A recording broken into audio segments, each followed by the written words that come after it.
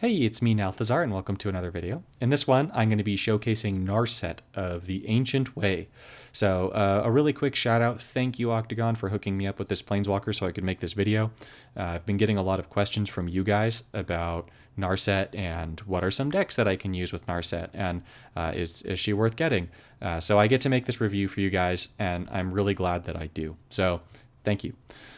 So Narset of the Ancient Way is going to be the first American Planeswalker introduced in Puzzle Quest, so red, white, and blue.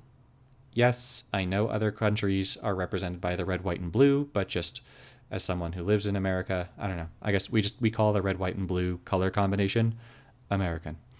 So Narset is the first red, white, and blue Planeswalker in Puzzle Quest, if you don't count like Karn and Ugin and Ted, but we can always use Narset for red, white, and blue, whereas we can't necessarily with the other three. So Narset's three abilities are Jeskai Teachings, Mind Detachment, and Ancient Way. So Jeskai Teachings is going to make it so that you gain 6 life, and then you activate 3 gems that will either convert 2 gems to your Planeswalker colors, or if you meet the companion requirement, which is your starting deck contains 2 or fewer creatures, then the activate is going to convert 3 instead.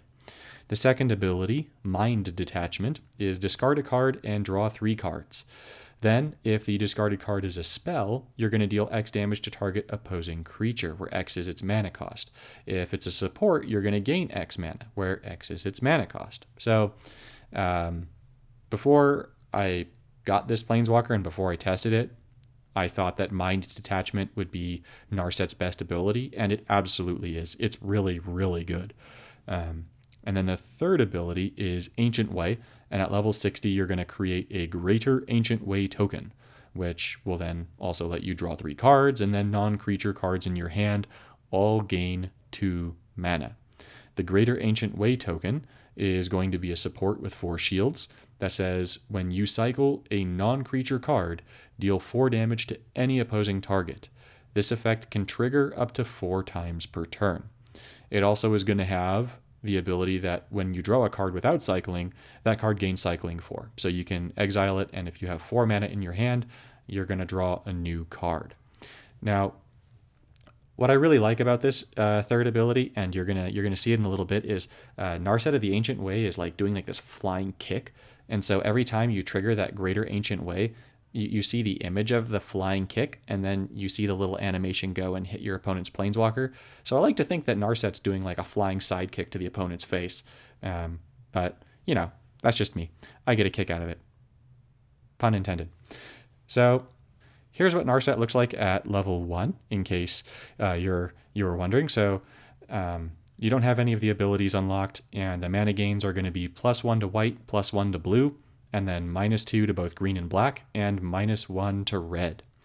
If you're a newer player and you get Narset, you can't level Narset up to level 60. You wind up choosing to level her up to maybe, I don't know, about 30. This is what Narset is going to look like at level 30. So the first ability is going to gain 4 life. You're going to activate 2 to convert 2 gems to your Planeswalker colors. Mind Detachment is going to be discard a card and draw 2 cards.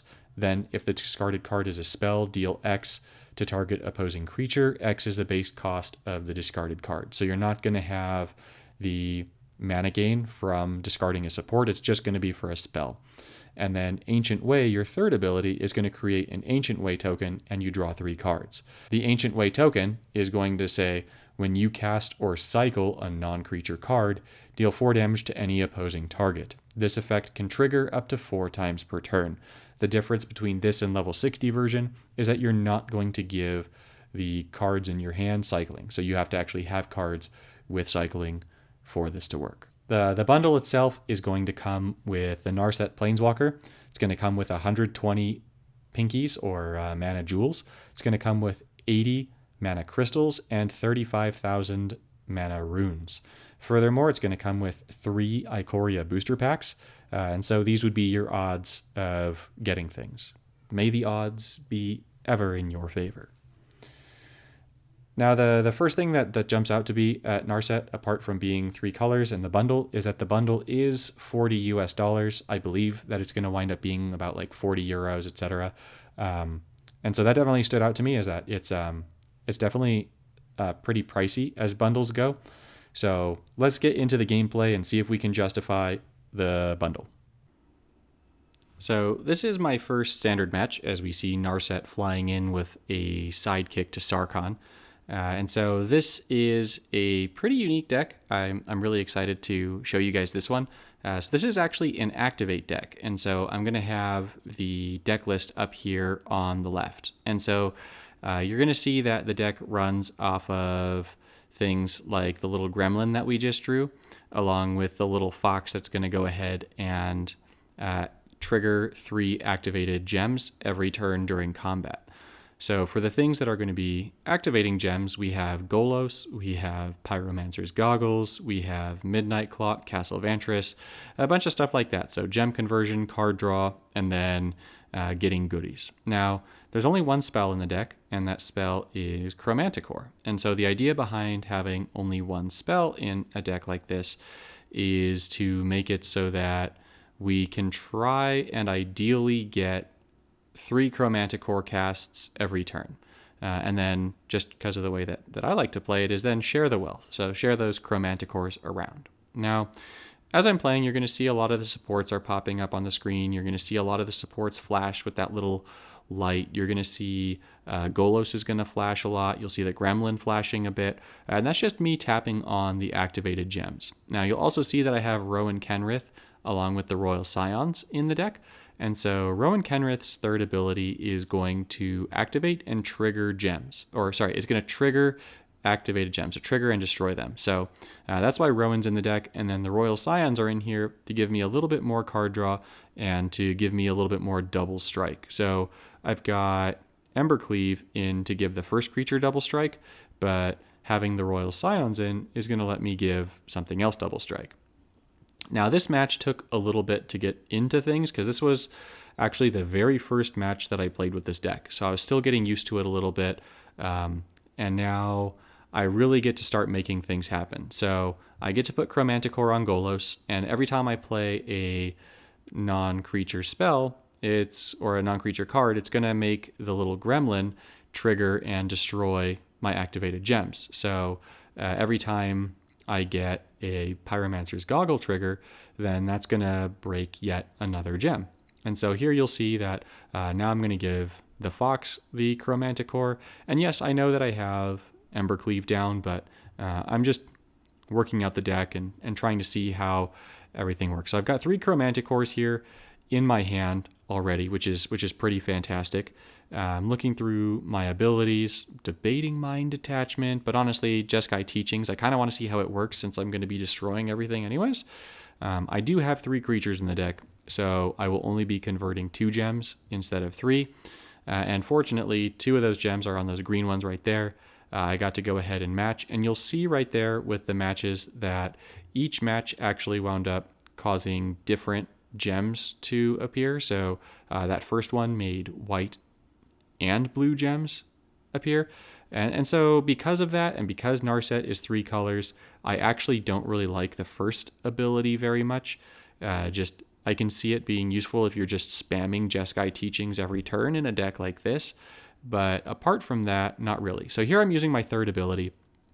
And I'm getting rid of the gremlin because I was thinking, all right, I can just get rid of this gremlin. But in getting rid of the gremlin, I have to cycle it. So here I'm realizing I don't want to cycle anything else. I want to play the Chromanticores.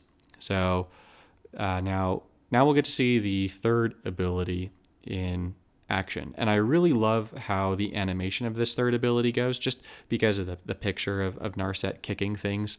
So I think it's kind of fun to see all like the kicky going on. So anyways, back to the game. So I've got the Chromanticores, and here I'm just flashing through my gems, trying to figure out how can I not get rid of Goggle triggers, because I'm going to be playing the Chromanticores here anyways. So they're going to go ahead and remove a card from my hand and destroy things. Now I'm also going to start sharing the love a little bit with Chromanticore. I'm not going to kill the Frost Titan here. I just want to keep kicking Sarkhan in the face. I'm going to give my little gremlin a Chromanticore, and sadly this causes the little gremlin to move down on the list for some reason. So at this point I'm like, all right, well now I have to give the Gremlin another Chromanticore so that it can block and kill the Titan. And the crazy thing is Chromanticore is a 20 mana spell. And as you can see, every time I play Chromanticore, I'm getting another Chromanticore. So I'm just spam playing Chromanticores. I wound up playing a version of this with Brokon using Colossification instead of Chromanticore. But this is honestly the best footage of any of this type of deck rolling. And so I feel like this is perfect for Narset, just because you get to see all of Narset's abilities here. Well, not the middle one. We're going to see the middle one in another video, in another clip.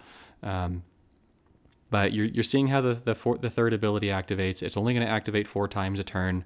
I feel like it didn't need that, but whatever. And so honestly, this was a really cool deck right here. And I'm like, it was really fun to play with a bunch of the new cards and put this out. So this is match 1. As you can imagine, this is the end for Brokon here. Brokon stands no chance. It's over. We get to use Greater Ancient Way to kick him in the face. The Royal Scions come down, and it's going to trigger even more boom booms, and we get to kick him in the face for the kill. So Narset actually picking up the kill here on Brokon. Now, this second match is a token deck. So I really wanted to try and take advantage specifically of this new color combination here. So I wanted to try and put Krenko together with Divine Visitation. And once again, I've got the deck list up here on the left. And along with Urza's Gem Conversion to make it so that all of this was possible. And then Mirrodin Besieged to try and make even more tokens. And so this was actually the very first standard game that I played with Narset. So this was the first result of my tinkering, and this is a lot of fun. This deck is really, really cool. So obviously prioritizing getting Urza down early. We want to get the gem conversion going. The more gem conversion we have, the more we're going to be able to do, and the more quickly. And so here, Court of Calling for another Urza. I've already got a Krenko in my hand, so I don't need to prioritize pulling one of those yet. I want to get another Urza, just once again, stack up all of those Urzas. And then right there, I'm drawing March of the Multitudes along with Mirrodin Besieged. So this means that I've definitely got a really good position to try and start getting a bunch of tokens down. And now at this point, I'm getting rid of some stuff here, and I really want to pull Divine Visitation. So Divine Visitation is what's going to let all of the token goodness happen. And so I'm freezing down Krenko, and I'm freezing down the March of the Multitudes, and praying that the blue activation does, and it does. Perfect. So that does get me the Divine Visitation, which means that if I can get that down in the next turn or two, we can now start seeing all of the greatness that is red, white, and blue tokens all coming out as angels. Because let's face it, Krenko makes a whole bunch of critters.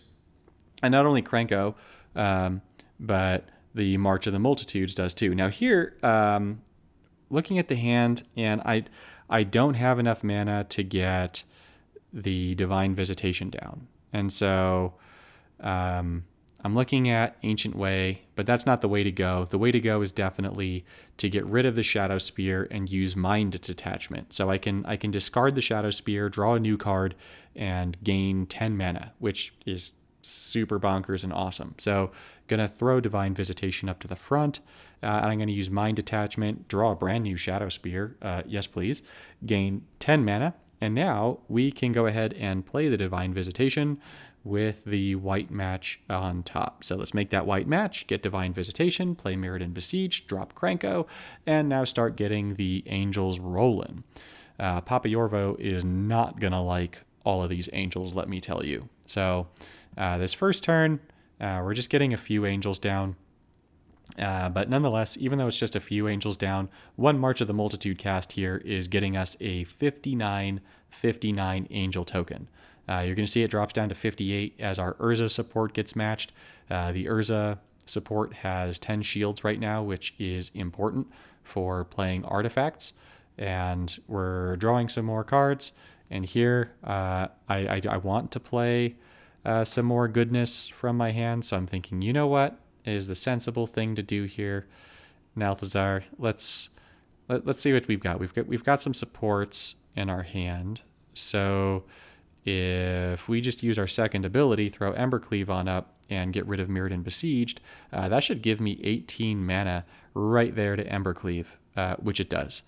And then we've got another Court of Calling, which means that maybe we can get another Urza down with luck. Probably not, but maybe. And so now, not only is Embercleave going to come out and give the Angels +2/+2 and double strike, but because of Mirrodin Besieged, we're getting 10 more Angel tokens. Now, normally it would be making Myr tokens, but no. Because we're running this particular combo, we can actually have them all come out as Angels. And so now we're going to be able to play March of the Multitudes. This is going to let us get another 12 Angels down. So these Angels, which already have double strike, are now coming in hot. Like they're big Angels. And like the silly thing is that we're not even going to get to see Kranko doing his thing. We play a Shadow Spear, which is an artifact, which brings yet another 10 Angels down due to Mirrodin Besieged. And that's going to be it. Nissa can't take this. This is just too much. So having the red, white, and blue combination allows for shenanigans like this too. So this third and final match is going to be my legacy deck. So this is your very run-of-the-mill platinum legacy. It's an omniscience deck, and so as we have access to red, white, and blue, I really wanted to use a deck that had omniscience with Hazoret's Undying Fury and deploy the Gatewatch. And I thought, you know what, if we've got high alert, maybe this will make the games end even more quickly. And so here you'll see, this was the very, very first game I played with Narset at all. I immediately threw her into Legacy, and I immediately tried out this deck. And so this is turn 2. Omniscience goes down, Kozilek with the Decimator of Pigginess, and now we get 3 Deploy the Gatewatches. So with that, we're getting some Combustible Gear Hulks, we're getting a Decimator of Pigginess, we're going to get a whole bunch of other creatures, and remember that all of them are going to be doing double damage because of high alert. And so this match didn't even last a minute and a half, and Teferi just got completely destroyed. So Narset's best place is definitely in Legacy. There are just some pretty ridiculous combos that you can run with the red, white, and blue combination. Like really, really ridiculous. So here I was just sort of hoping I could get another Omniscience down and make this even more nuts, but it was unnecessary, like entirely unnecessary. And you're going to see that this is the end of Teferi. So that's Legacy in a nutshell.